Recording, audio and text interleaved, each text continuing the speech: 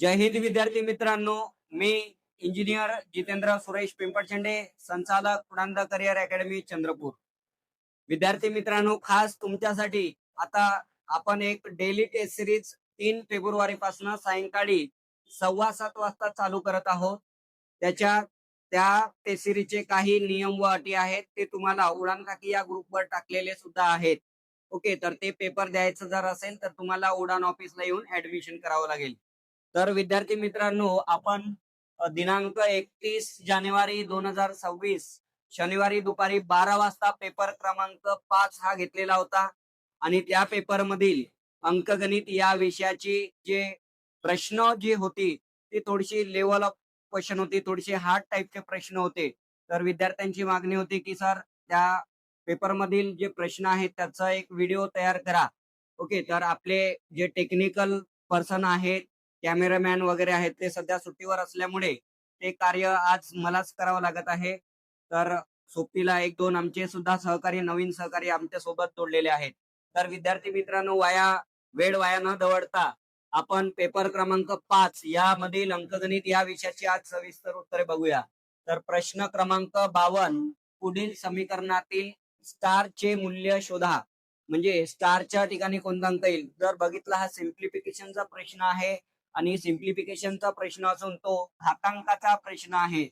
मग बघा, याच्यामध्ये 0.09, 0.000729 हा जो आहे, या संख्या कोणाच्या तरी बेस म्हणजे घातांकित रूपामध्ये दिसत आहे. जर तुम्हाला सगळ्या संख्या जर बघितल्या तर तुम्हाला 3च्या घातांकामध्ये दिसतील. बघा, 3चा घातांक 1 इजिकल टू 3, 3चा घातांक 2 इजिकल टू 9, 3चा घातांक 3 27, 3चा घातांक 4 81, 3चा घातांक 5 243 आणि 3चा घातांक 6 729. या पद्धतीमध्ये त्या संख्या दिसत आहेत. मग आपण 0.09 म्हणजे याचा अर्थ 3चा वर्ग म्हणजे 0.3 चा वर्ग लिहू शकतो, इंटू 729, 3चा पॉवर 6 म्हणजे 0.3 चा पॉवर 6 इज इक्वल टू 0.3 चा पॉवर स्टार गुणिला 0.3, 243 घात किती आहे 5. ओके, मग जर विचार केला तर याच्यामध्ये 5 आणि इकडचे 6 गेट कॅन्सल, म्हणजे ही टर्म पूर्ण कॅन्सल होईल. इथं काय राहणार, power 1. Base are same, power addition म्हणजे दिलेल्या संख्या गुणाकारात असतील आणि त्यांचा पाया सारखा असेल तर घातांकाची काय करता येईल, बेरीज. म्हणजे 2 आणि इथं पॉवर 1 वाचला म्हणजे 3, 0.3 चा घात 3 इज इक्वल टू 0.3 चा घात स्टार. मग यामध्ये तुमचा नियम लागेल a raised to the power m, a raised to the power m is equal to a raised to the power n. So therefore m is equal to n. म्हणजे m आणि n ची किंमत कशी राहणार, इक्वल राहणार. मग so therefore star is equal to, तुम्ही किती लिहू शकता डायरेक्ट 3. म्हणजे स्टारची जी किंमत राहील 3. यामुळे या प्रश्नाचं उत्तर ऑप्शन क्रमांक ए हे उत्तर तुमचं. पुढील प्रश्न क्रमांक 53, एका व्यक्तीने 2 दूरध्वनी ₹12,000 किमतीला विकत घेतले. त्यापैकी एक त्याने 20% नफ्याने तर दुसरा 10% तोट्याने विकला. या व्यवहारात त्याला एकूण नफा किंवा तोटा 3.75% इतका झाला तर दुसऱ्या दूरध्वनीची किंमत काढा. तर विद्यार्थी मित्रांनो बघा, पहिल्यामध्ये 20% नफा होत आहे, दुसऱ्यामध्ये 10% तोटा होत आहे. म्हणजे संपूर्ण व्यवहारामध्ये 101% त्याला काय होईल, 3.75% नफा होईल. मग आपल्याला पहिल्या दूरध्वनी संचाची किंमत नाही माहित आणि दुसऱ्या नाही माहित. आपण कन्सिडर करूया पहिल्या दूरध्वनी संचाची किंमत. पहिल्या दूरध्वनीची किंमत, पहिल्या दूरध्वनीची किंमत आपण x पकडलं तर मग दुसऱ्या दूरध्वनीची किंमत काय होऊन जाणार, 12,000 मायनस x. ओके, आता कंडिशन नुसार आपण मांडू. पहिल्यामध्ये 20% नफा होत आहे, मग टक्क्यांमध्ये आहे, त्याला आपण अपूर्णांकात करायचं झालं तर किती होणार, 1.2x प्लस दुसऱ्याची जी किंमत आहे 12,000 मायनस x, त्याच्यामध्ये 10% लॉस होत आहे म्हणजे किती राहणार किंमत 0.9 इज इक्वल टू संपूर्ण व्यवहारात 10.75% हा नफा होत आहे. मी सुरुवातीला सांगितलं म्हणजे 12,000वर तुम्हाला 0.375 म्हणजेच 1.0375 ओके पॉइंट मध्ये जर घ्यायचं झालं तर मग याला जर आपण कॅल्क्युलेट जर केलं ओके तर मग 1.2x प्लस 12,9,108 आणि देन एक पॉइंट इथला गेट कॅन्सल म्हणजे 2 शून्य मांडावं लागतील minus 0.9x is equal to 12,000 गुणिला 1.0375 म्हणजे 12,450 ओके तर मग याच्यातनं आपण वजा जर केले तर 1.2x मायनस 0.9x म्हणजे किती वाचेल तुमचं 0.3x is equal to 12,450 minus 10,800 तर x इज इक्वल टू तुमची जी किंमत वाचेल ती 1,650 भागीला 0.3 मग इथला पॉइंट कॅन्सल करा आणि वरती टाका म्हणजे किती होणार 16,500 भागीला 3 ओके तर मग पहिल्या दूरध्वनीची किंमत जी भेटेल तुम्हाला 5×3=15 एक वाचला 5×3=15 म्हणजे 5,500 रुपये हे पहिल्या संचाची जर किंमत होत असेल म्हणजे पहिल्या संचाची किंमत 5,500 रुपये होत असेल तर दुसऱ्या संचाची किंमत 12,000 मायनस 5,500 म्हणजे किती होऊन जाणार 6,500 रुपये हे दुसऱ्या संचाची किंमत असेल म्हणून ऑप्शन क्रमांक डी हे तुमचं उत्तर बरोबर राहील. पुढील प्रश्न क्रमांक 54 गणेश आणि आदित्य एक काम 12 दिवसात पूर्ण करतात. आदित्य आणि चेतन तेच काम 15 दिवसात पूर्ण करतात. जर गणेश हा चेतनच्या कार्यशीलतेच्या दुपटीने काम करणारा असेल तर आदित्य एकटा ते काम किती दिवसात पूर्ण करेल. तर बघा त्याच्यामध्ये म्हटलेलं आहे की आदित्य आणि गणेश आणि आदित्य ओके गणेश आणि आदित्य एकटा 12 दिवसामध्ये पूर्ण करत आहे. आदित्य आणि चेतन तेच काम 15 दिवसात पूर्ण करतात. एलसीएम किती झाला 60 किती युनिट 5 युनिट आणि इथे 15×60 4 युनिट पर डे काम करते.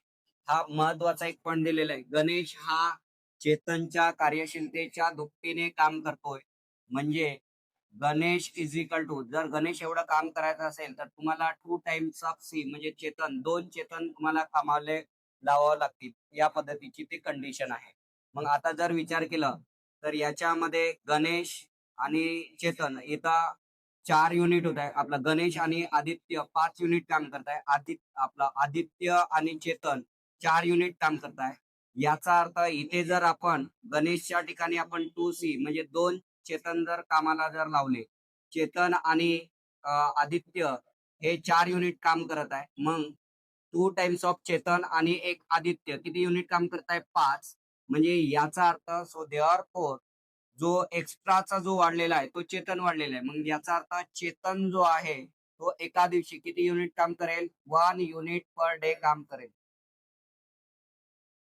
बघा याच्यामध्ये काय म्हटलेलं आपण या ठिकाणी गणेशच्या ठिकाणी आपण काय टाकलं 2 टाइम्स ऑफ चेतन टाकलं. मग आदित्य आणि चेतन हे 4 युनिट काम करत आहे.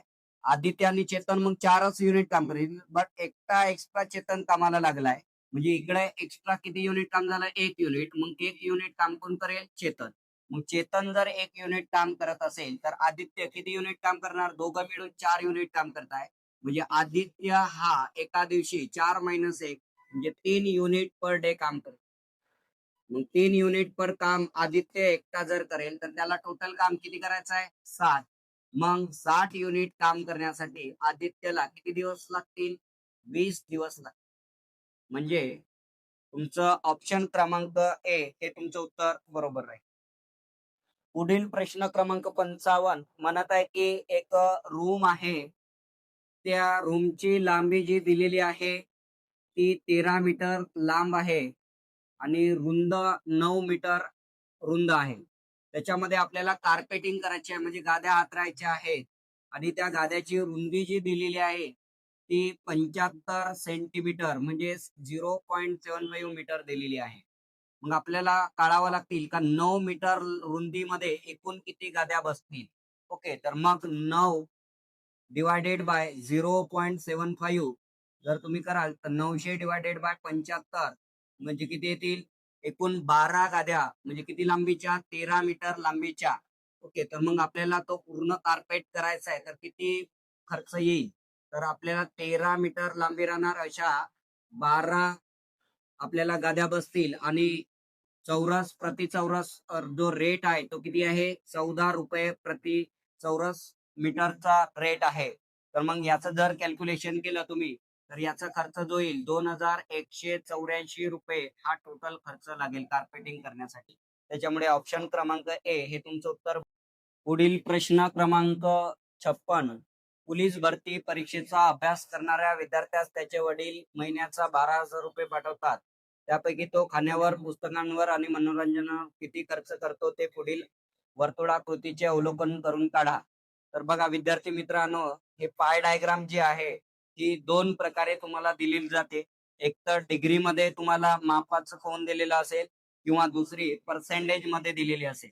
ज्या वेळेला पर्सेंटेज दिलेला असेल त्यावेळेला तुम्ही 100 घेणार आणि ज्या वेळेला डिग्री दिलेला आहे तर टोटल जो खर्च असेल तर तो किती असेल, 360 अंश. मग टोटल खर्च त्याला किती पाठवतोय, 12,000. सो देअरफॉर 360 डिग्री म्हणजे एकूण खर्च म्हणजे किती येणार, 12,000 रुपये. मग आता त्यामध्ये विचारतात त्यापैकी तो खाण्यावर किती करत आहे, 90 प्लस पुस्तकांवर खर्च करत आहे 20%, आपला 20 डिग्री.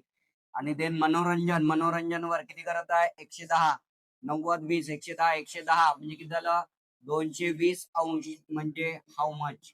मग कॅल्क्युलेट कराल तुम्ही तर x इज इक्वल टू 12,000 गुणिला 220 भागीला 360 जर कॅल्क्युलेट केलं तर याचं उत्तर येईल तुमचं 7,333.33.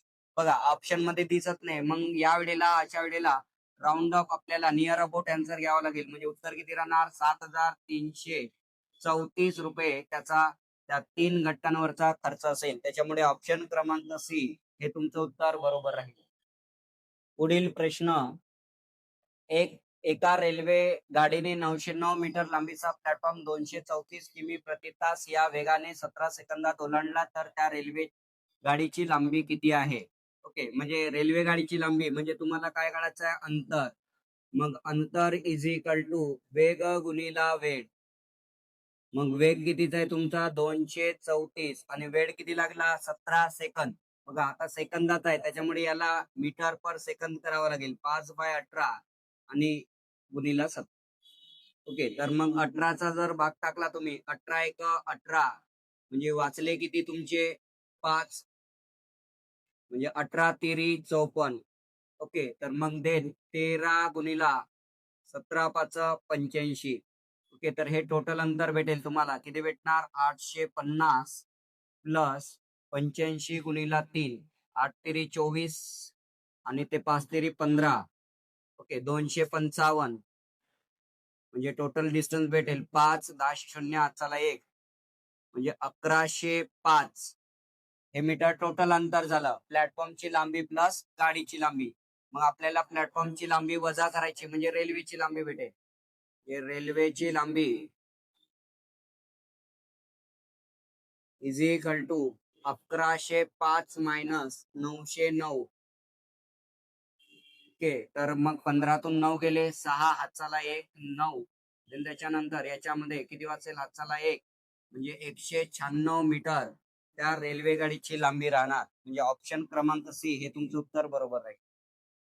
पुढील प्रश्न क्रमांक 58. रमेश आणि रमा या नवरा बायकोच्या वयांची 9 वर्षापूर्वीची सरासरी 31 इतकी होती. आजपासून 7 वर्षानंतर रमेश, रमा आणि त्यांचा रामेश या अपत्याच्या वयांची सरासरी 36 इतकी असेल तर रामेश या त्याच्या मुलाचे आजपासून 2 वर्षानंतरचे वय किती असेल.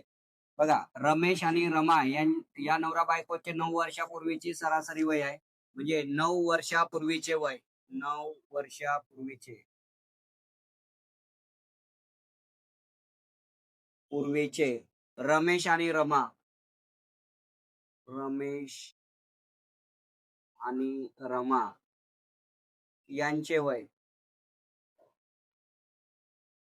यांचे एकूण वय, यांचे एकूण वय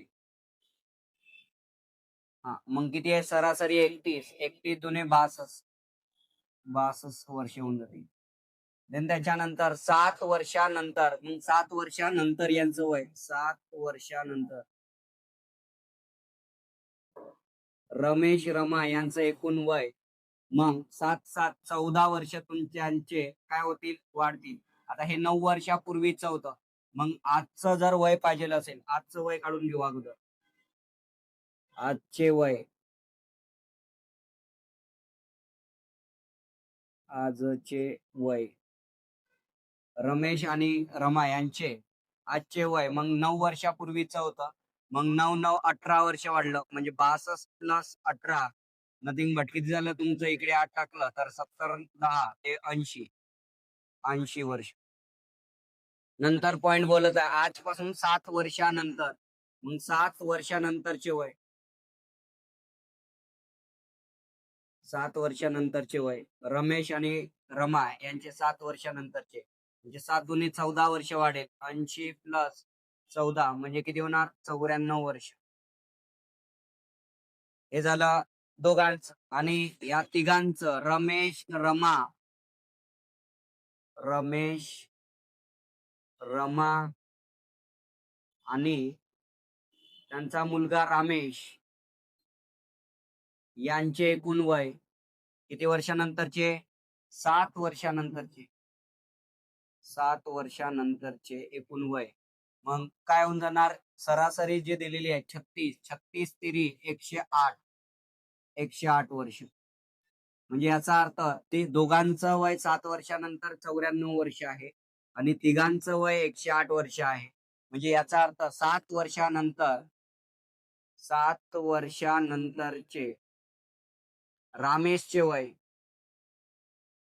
रामेशचे वय मग काय होऊन जाणार, 108 मधनं 94 वजा जर केलं, हे 8 आणि इकडचे 6, 8 आणि 6 14 वर्ष. हे कधीचं वय झालं, 7 वर्षानंतरच.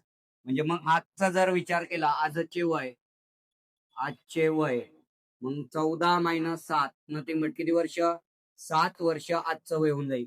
मग इथं प्रश्नामध्ये काय विचारलं आहे, तर रामेशचे त्याच्या 2 वर्षानंतरचे वय किती, मग 7 प्लस 2 नथिंग बट किती वर्ष, 9 वर्ष असायला पाहिजे. म्हणजे ऑप्शन क्रमांक सी हे तुमचं उत्तर बरोबर राहील. पुढील प्रश्न क्रमांक 59, 8 कारागीर 7 दिवसात 4144 किडे बनवितात, तर 11 कारागीर 3 दिवसात किती किडे बनवितील.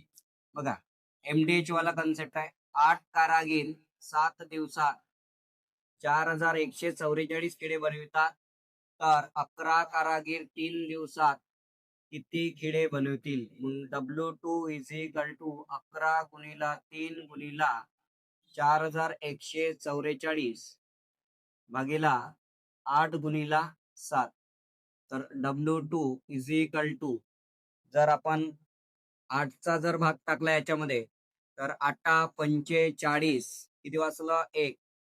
8 1 8 म्हणजे वाचले तुमचे ते 2 आणि ते 4 6, 8 8 64. नंतर 7चा जर भाग टाकला आपण याच्यामध्ये, तर 7 7 49. देन त्याच्यानंतर वाचले किती, 49 2, 49 2 वाचणार. 7 चो किती झाले, 28 म्हणजे 74. 11 तिरी 33, 33 गुणिला 74 जर तुम्ही कॅल्क्युलेट केलं, तर याचं उत्तर किती येणार, 2442 किडे. म्हणून ऑप्शन क्रमांक ए हे तुमचं उत्तर बरोबर राहील. पुढील प्रश्न क्रमांक 60, जर 598 स्टार 81 या संख्येला 11 ने पूर्ण भाग जात असेल, तर स्टारच्या जागी येणारा आकडा शोधा. बघा विद्यार्थी मित्रांनो, 11ची कसोटी काय म्हणते, समस्थानांच्या अंकांची बेरीज व विषम स्थानांच्या अंकांची बेरीज यांच्यातील फरक 0 किंवा 11च्या पटीत येत असेल, तर त्या संख्येला 11 ने निशेष भाग जातो. मग समस्थानांवरच्या अंकांची बेरीज आणि विषम स्थानांवरच्या अंकांची बेरीज आपण काढूया. ओके, तर याच्यामध्ये जर विचार केला तर समस्थानांवरच्या अंकांची बेरीज किती झाली? 8 आणि 8 16, 16 आणि ते 5, 16 आणि 5 21 आणि विषम स्थानांवरच्या अंकांची बेरीज 9 आणि 1 10 प्लस स्टार म्हणजे 10 प्लस स्टार हे तुम्हाला वजा करावे लागतील. आता जर विचार केला तर याच्या ठिकाणी आपण 11 ऑलरेडी येत आहे, 21 - 10 म्हणजे 11 वाचत आहे. म्हणजे याचा अर्थ स्टारच्या जागी आपल्याला काय पुट करावं लागेल? 0 पुट करावं लागेल. इतर अंक जर पुट केलं तर आपल्याला त्या संख्येला 11 ने निशेष भाग जाणार नाही. त्याच्यामुळे ऑप्शन क्रमांक ए हे तुमचं उत्तर बरोबर आहे. पुढील प्रश्न क्रमांक 61. नागपूर पासून काही प्रवाशांसह एक पीएमटी बस सुटते. स्टेशन थांब्यावर आल्यावर तिच्यातून 25% प्रवासी उतरतात आणि 16 नवीन चढतात. चंद्रपूर थांब्यावर उपस्थित प्रवाशांपैकी 50% प्रवासी उतरतात आणि 7 नवीन चढतात. आता पीएमटी बसमध्ये उपस्थित प्रवाशांची संख्या नागपूरवरून निघालेल्या प्रवाशांच्या 75% इतकी आहे. तर किती प्रवासी चंद्रपूर थांब्यावर उतरलेले असतील? असा प्रश्न आहे. मग याच्यामध्ये एकूण प्रवासी तुम्हाला दिलेले नाहीत. त्याच्यामुळे एकूण प्रवासी तुम्ही एक्स कन्सिडर करा. मग एक्स प्रवाशासह ती नागपूरवरून पीएमटी बस सुटते आणि पहिल्या स्टेशनवर आल्याच्या नंतर फर्स्ट स्टेशनला आल्याच्या नंतर 25% प्रवासी उतरतात. म्हणजे याचा अर्थ 0.25 प्रवासी उतरतात. म्हणजे वाचेल किती तुमचे? 0.75 एक्स प्रवासी आता वाचलेले आहेत आणि नवीन किती चढून राहिले तुमचे? 16 प्रवासी नवीन चढत आहेत. चंद्रपूर वर आल्यावर सेकंड जो स्टेशन आहे तुमचं चंद्रपूर आहे. चंद्रपूर मध्ये आल्याच्या नंतर 50% प्रवासी उतरत आहे. म्हणजे 0.75 एक्स प्लस 16/2 50% म्हणजे अर्धे प्रवासी, एवढे प्रवासी उतरतात. म्हणजे एवढेच प्रवासी त्या बसमध्ये आता वाचलेले आहेत. प्लस 16/2. परंतु अधिक नवीन 7 प्रवासी चढत. किती प्रवासी चढत आहे तुमचे? 7 प्रवासी नवीन चढत आहे. आता कंडिशन दिलेली आहे. आता पीएमटी बसमध्ये उपस्थित प्रवाशांची संख्या ही जी संख्या आहे बसमधील उपस्थित प्रवाशांची संख्या ही प्रवाशांची संख्या नागपूरवरून निघालेल्या प्रवाशांच्या 75% म्हणजे जे नागपूरवरून एक्स प्रवासी घेऊन निघाले त्यांच्या 75%. मग याला जर आपण सॉल्व्ह जर केलं तर 0.75 एक्स भागीला 2 प्लस 8 आणि 7 किती झाले? तुमचे 15. ओके, तर मग हे इज इक्वल टू किती टक्के असायला पाहिजे? त्याचे 75%. म्हणजे 0.75 x divided by 2 plus 15 is equal to 0.75 into x. आता आपण सॉल्व्ह जर केलं याला तर काय होत आहे? 0.75 x प्लस 15 दुने 30 is equal to 2 times into 0.75 x. मग जर याच्यातून वजा केलं तर वाचेल का इकडे? 0.75 x वाचेल वजा जर केलं तर 0.75 x इज इक्वल टू 30. तर x इज इक्वल टू किती होणार? 30 डिवायडेड बाय 0.75. आपल्याला 2 शून्य टाकावं लागतील. म्हणजे 3000 डिवायडेड बाय 75. 75 चोक 300, 75 दोन्ही 150. ओके, नंतर 150. ओके, 40. म्हणजे सुरुवातीला जे प्रवासी होते, एकूण प्रवासी जे होते ते किती होते? 40. परंतु प्रश्न सुरुवातीला प्रवासी किती आहेत असं विचारलेलं नाही. तर याच्यामध्ये प्रश्न काय विचारलेला आहे? तर चंद्रपूर या स्थानकावर किती प्रवासी उतरलेत. मग चंद्रपूर स्थानकावर जे उतरलेले प्रवासी असतील तर ही संख्या, म्हणजे याचा अर्थ आपल्याला याच्यामध्ये टोटल प्रवासी होते तुमचे 40. मग 40 चे 25%. आता जर 40 चे 25% काढलं तर काय झालं? 10. म्हणजे 10 उतरले तर तुमचे राहिले किती? तुमचे 30. इकडे अदर पेन वापरूया. 40 एकूण प्रवासी झाले तुमचे. 40 एकूण प्रवासी झाले. त्याच्यापैकी 25% प्रवासी उतरले. म्हणजे 10 प्रवासी उतरले. वाचले किती तुमचे? 30. 30 प्लस हे 16 म्हणजे किती झाले तुमचे? 46. मग 46 प्रवाशांपैकी अर्धे प्रवासी, मग 46 भागीला 2 नथिंग बट 23 प्रवासी हे चंद्रपूर स्थानकावर उतरले आणि 23 प्रवासी बसमध्ये होते आणि देन त्याच्यानंतर 7 प्रवासी तुमचे काय झाले, ऍड झाले, म्हणजे चंद्रपूर स्थानकावर मध्ये ऍड झालेले आहे. म्हणजे याचा अर्थ चंद्रपूर स्थानकावर किती प्रवासी उतरलेले होते, 23 प्रवासी उतरले. त्याच्यामुळे ऑप्शन क्रमांक सी हे तुमचं उत्तर बरोबर आहे. पुढील प्रश्न क्रमांक 62. रवीने एक ऑनलाईन कोर्स त्याच्या विक्री किमतीच्या 7/10 इतक्या रकमेत विकत घेतला आणि पायरसी करून तो आपल्या मित्राला कोर्सच्या मूळ किमतीवर 23% सूट देऊन विकला. या व्यवहारात रवीला किती टक्के नफा किंवा तोटा झाला? तर बघा विद्यार्थी मित्रांनो, ऑनलाईन कोर्सची खरेदी किंमत जी आहे, ओके, तर समजा ऑनलाईन कोर्सची किंमत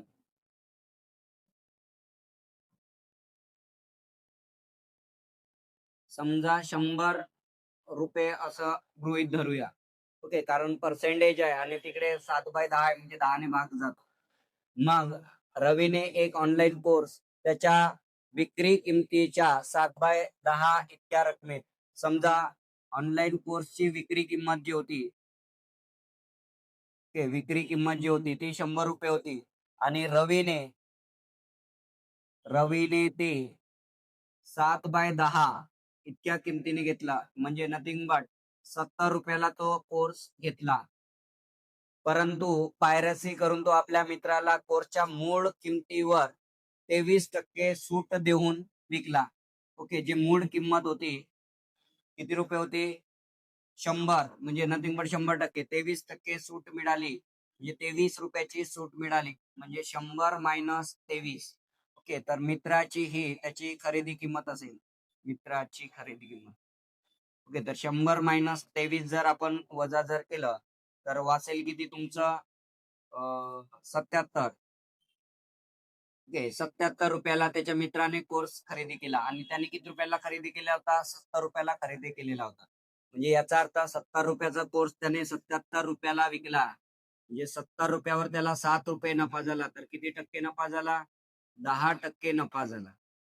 किती टक्के नफा झाला, 10. म्हणून ऑप्शन क्रमांक ए हे तुमचं उत्तर बरोबर आहे. पुढील प्रश्न क्रमांक 63. रेल्वेगाडी ए ची लांबी रेल्वेगाडी बी च्या दुप्पट आहे. रेल्वेगाडी ए आणि बी 200 मीटर लांबीचा प्लॅटफॉर्म अनुक्रमे 6 सेकंद आणि 4 सेकंदात ओलांडतात. जर ए आणि बी या रेल्वेगाड्यांचा वेगांचे प्रमाण 6:7 आहे, तर रेल्वेगाडी ए ची लांबी काढा.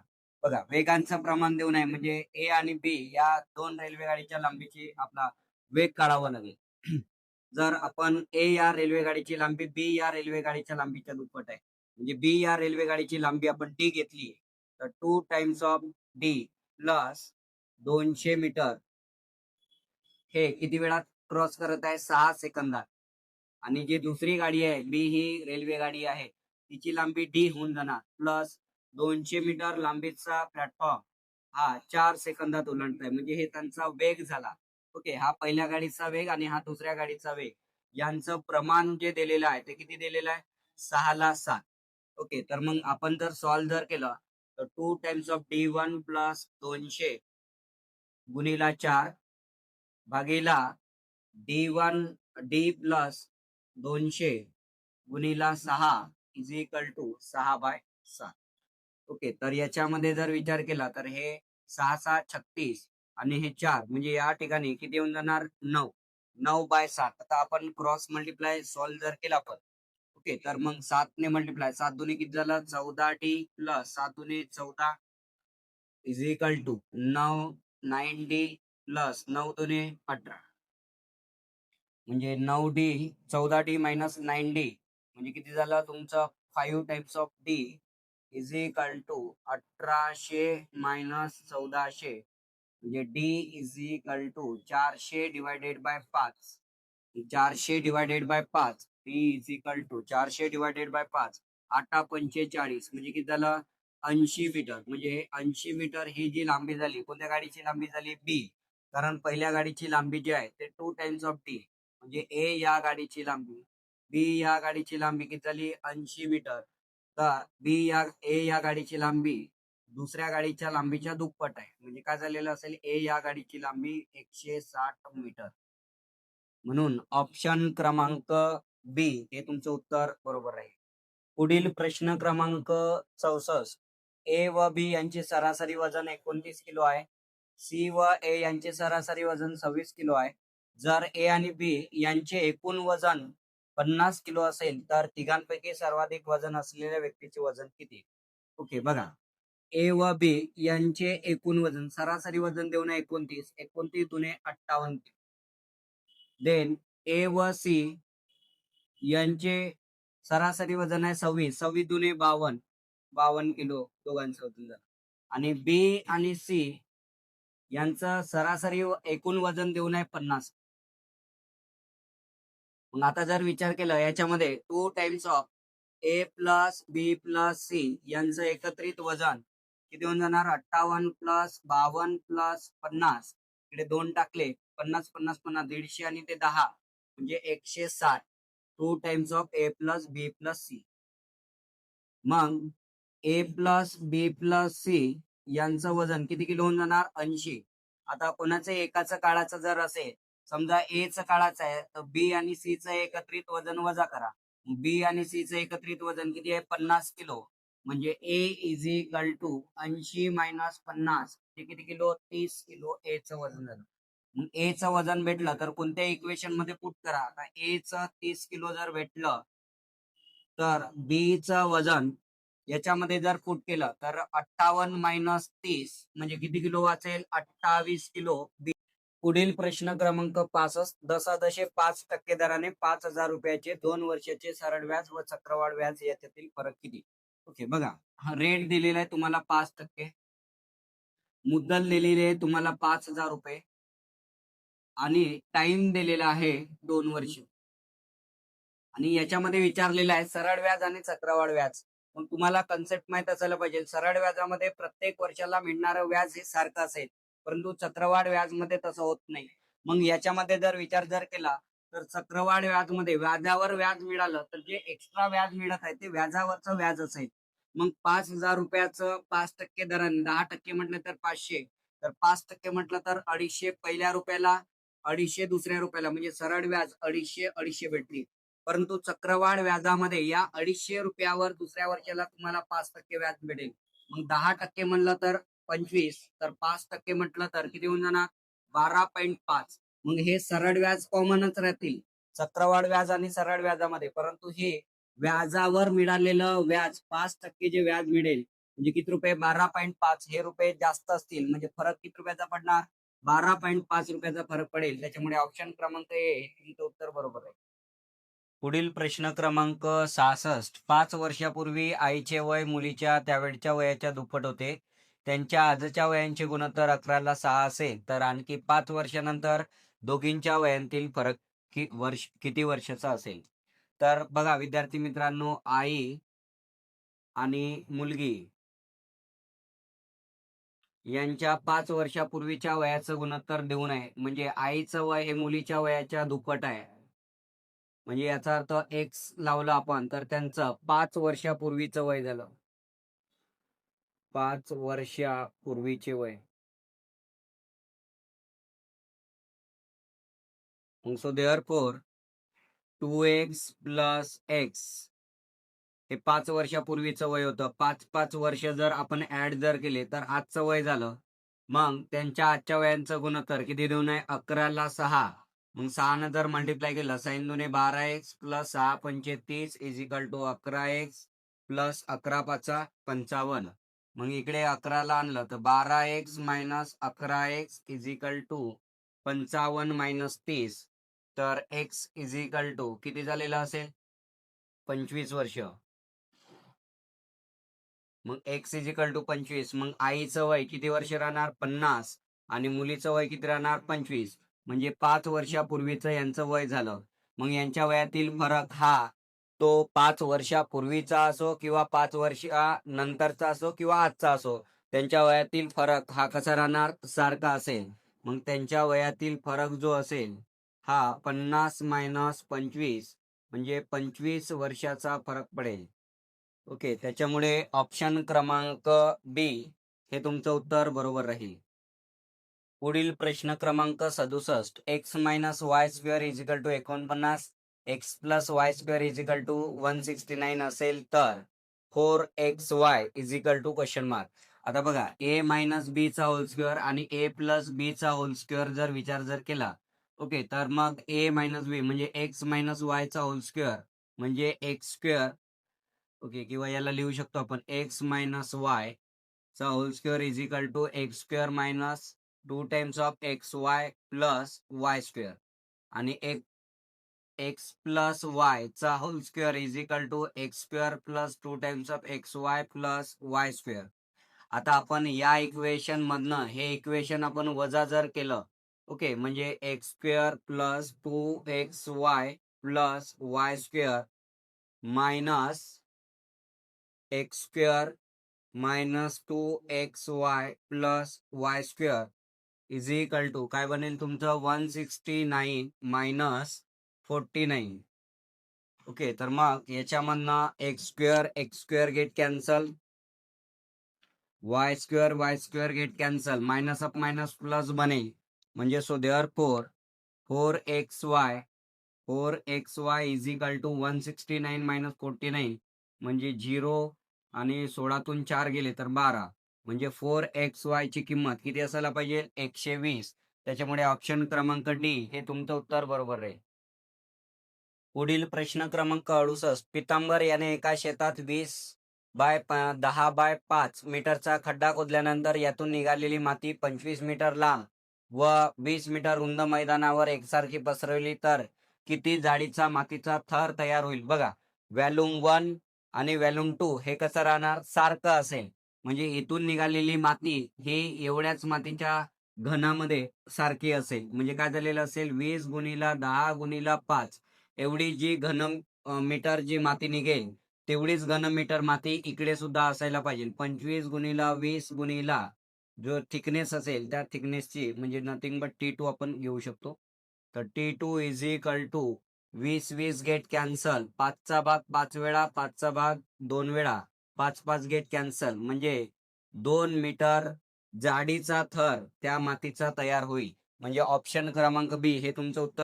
पुढील प्रश्न क्रमांक 69. गणेशने जेवढ्या किमतीत 30 टेबल खरेदी केले तेवढ्याच किमतीत त्यापैकी 25 टेबल विकून मिळवली तर या व्यवहारात त्याला शेकडा नफा किंवा तोटा किती झाला.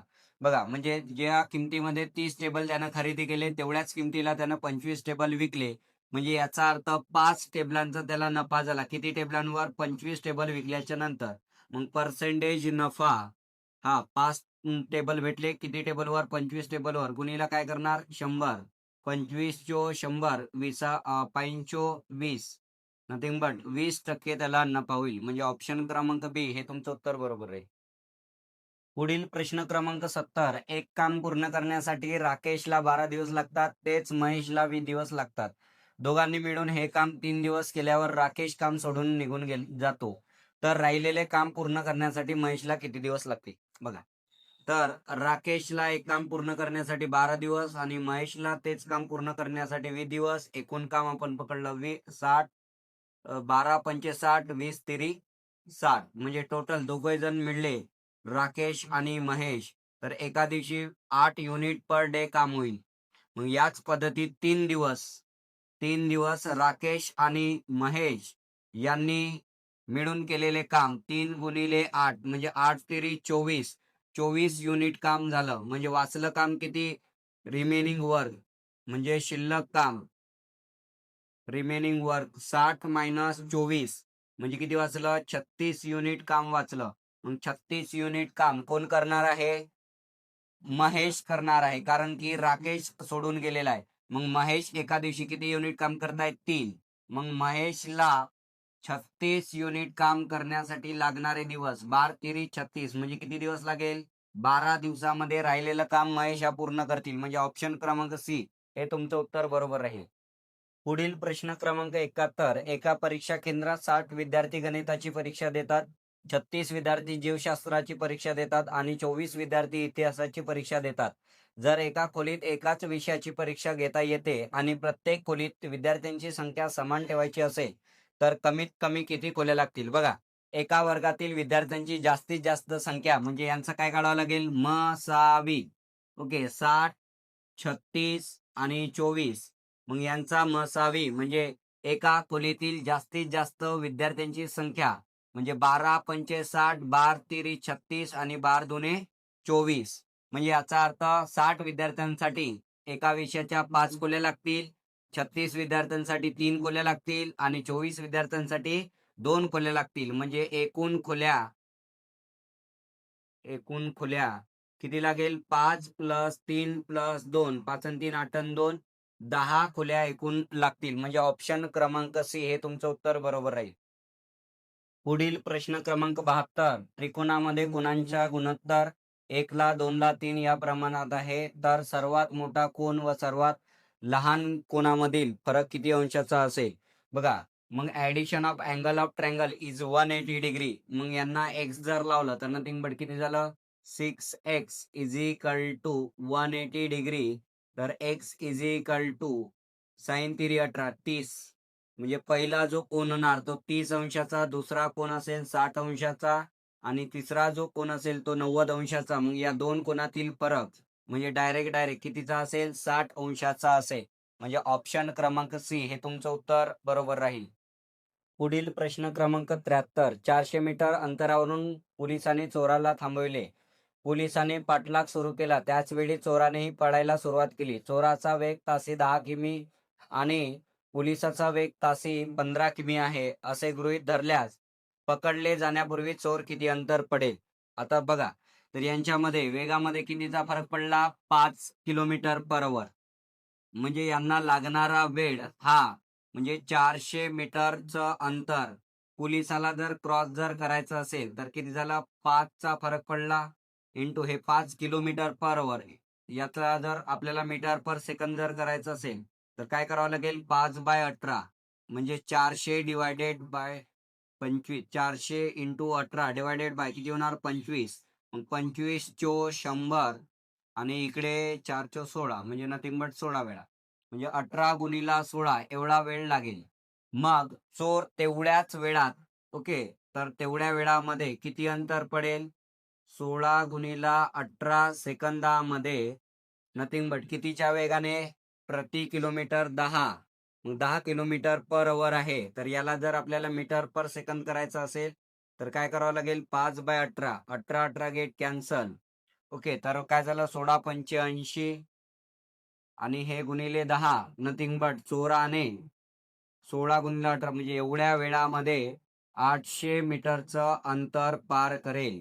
त्याच्यामुळे ऑप्शन क्रमांक डी हे तुमचं उत्तर बरोबर राहील. पुढील प्रश्न क्रमांक 74. ट्रॅक्टरच्या मोठ्या व लहान चाकाचा व्यास अनुक्रमे 50 सेंटीमीटर व 35 सेंटीमीटर आहे. जेव्हा मोठ्या चाकाचे 21 फेरे पूर्ण होतील तेव्हा लहान चाकाचे किती फेरे पूर्ण होतील. तर बघा विद्यार्थी मित्रांनो, मोठ्या चाकानं जेवढं काही अंतर कापेल 21 फेऱ्यांमध्ये तेवढंच अंतर लहान चाकाला आपल्याला कापायचं आहे. म्हणजे अंतर समान राहणार आहे. त्याच्यामुळे 50 गुणिला 21 इज इक्वल टू 35 गुणिला हाऊ मच. ओके, किती फेरे. ओके, तर नथिंग बट फेरे इज इक्वल टू 5चा भाग 7 वेळा, 5चा भाग 10 वेळा, 7चा भाग याच्यामध्ये 3 वेळा, 3 दाई 30.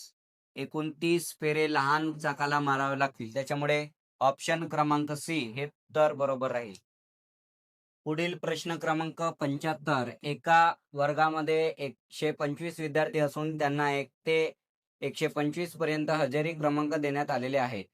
त्यांच्यामधून वक्तृत्व स्पर्धेसाठी विद्यार्थी निवडायचे असून त्यांच्या हजेरी क्रमांकात 3 हा अंक आला आहे असे विद्यार्थी घ्यायचे आहेत. तर वक्तृत्व स्पर्धेसाठी निवड झालेले एकूण विद्यार्थी किती. बघा, सरसकट हा प्रश्न म्हटलेला आहे. 1 ते 25 पर्यंतच्या 125 पर्यंतच्या संख्यांमध्ये 3 हा अंक किती वेळा आलेला आहे अशा संख्या निवडायच्या आहेत. संख्या निवडायच्या आहेत, बरोबर आहे. मग आपल्याला माहित आहे की 1 ते 100 पर्यंतच्या संख्यांमध्ये 3 हा अंक 20 वेळा येतोय. परंतु किती संख्यांमध्ये येतोय, 19. कारण 33 या संख्येमध्ये 2दा येत असल्यामुळे तिला एकचदा घ्यावं लागेल. हे झालं 100 पर्यंत. म्हणजे याचा अर्थ 19 विद्यार्थी निवडले गेले 100 पर्यंत. मग देन त्याच्यानंतर 101 पासून 125 पर्यंत एकक स्थानी बघा म्हणजे काय राहणार 103, 113 आणि 123 म्हणजे हे 3 विद्यार्थी. कारण 130 तर येणार नाही म्हणजे दशक स्थानी येणार नाही म्हणजे 19 आणि ते 3 म्हणजे किती झाले 22 म्हणजे 22 विद्यार्थी किंवा 22 संख्या अशा असतील का ज्या संख्यांमध्ये 3 अंक असेल. त्याच्यामुळे ऑप्शन क्रमांक सी हा तुमचं उत्तर बरोबर राहील. पुढील प्रश्न क्रमांक 83. 2 नाणी हवेत फेकली असता कमीत कमी 2 छापा म्हणजेच हेड मिळण्याची संभाव्यता किती? बघा प्रोबॅबिलिटीचा क्वेश्चन आहे. जेव्हा तो कॉइन आपण टॉस करू तर त्यावेळेला तुम्हाला काय भेटण्याची संभाव्यता? Head head, head tail, tail head किंवा टेल टेल. म्हणजे एन ऑफ एस तुमचा किती होऊन जाणार 4 आणि तुमची प्रोबॅबिलिटी नथिंग बट त्याच्यापैकी काय पाहिजे तुम्हाला 2 छापा. ओके दोन्हीही जे आहे ते छापा नथिंग बट हेड. ओके तर नथिंग बट किती दिसतंय तुम्हाला 4 पैकी 1 म्हणजे प्रोबॅबिलिटी जर राहणार तुमची 1/4 ही तुमची प्रोबॅबिलिटी राहील. म्हणजे ऑप्शन क्रमांक ए हे तुमचं उत्तर बरोबर असेल. पुढील प्रश्न क्रमांक 99. जर स्क्वेअर रूट ऑफ 12चा वर्ग 3m-2 is equal to 12 raise to the power 2 तर M is equal to question mark. M ची आपल्याला किंमत काढायची आहे. मग बघा इकडे वर्गमूळ आहे तर मग वर्गमूळ हटवायचं असेल तर स्क्वेअरिंग ऑन बोथ साइड म्हणजे काय झालेलं असेल 12 3m-2 इज इक्वल टू 12चा वर्ग चा वर्ग. ओके तर नथिंग बट 12चा वर्ग 3m-2 इज इक्वल टू 12चा वर्ग 4. आपण मागेच बोललेलो होतो प्रिव्हियस क्वेश्चन मध्ये की a raise to the power m is equal to a raise to the power n. So therefore m is equal to n. म्हणजे आता या ठिकाणी काय झालेलं असेल 3m-2 इज इक्वल टू 4 तर 3m इज इक्वल टू 6 तर m इज इक्वल टू किती राहणार 2. त्यामुळे ऑप्शन क्रमांक बी हे तुमचं उत्तर बरोबर राहील.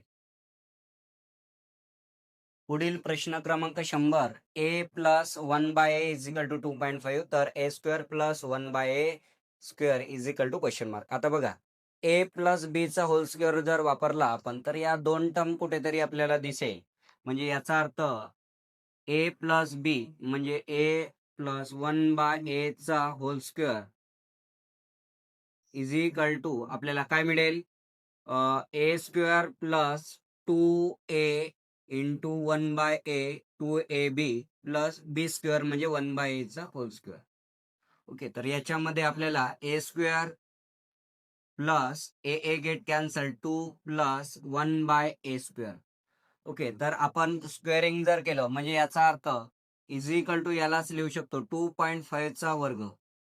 मग 2.5 चा वर्ग म्हणजे याचा अर्थ is equal to a square plus 1/a square 2.5 चा वर्ग म्हणजे 25 चा वर्ग 625 6.25 हे पॉझिटिव्ह 2 होते तिकडे गेले तर -2 म्हणजे a square plus 1/a square is equal to 6.25 - 2 म्हणजे 4.25 हे तुमचं उत्तर असायला पाहिजे. म्हणजे ऑप्शन क्रमांक ए हे तुमचं उत्तर राहील. तर विद्यार्थी मित्रांनो आपण पेपर क्रमांक 5 या विषयातील आपला या पेपरमधील अंकगणित या विषयातील सविस्तर प्रश्नांची जी सविस्तर उत्तरे आहेत ते आपण YouTube या प्लॅटफॉर्मच्या द्वारे तुमच्यापर्यंत पोहोचवण्याचा प्रयत्न केला आहे.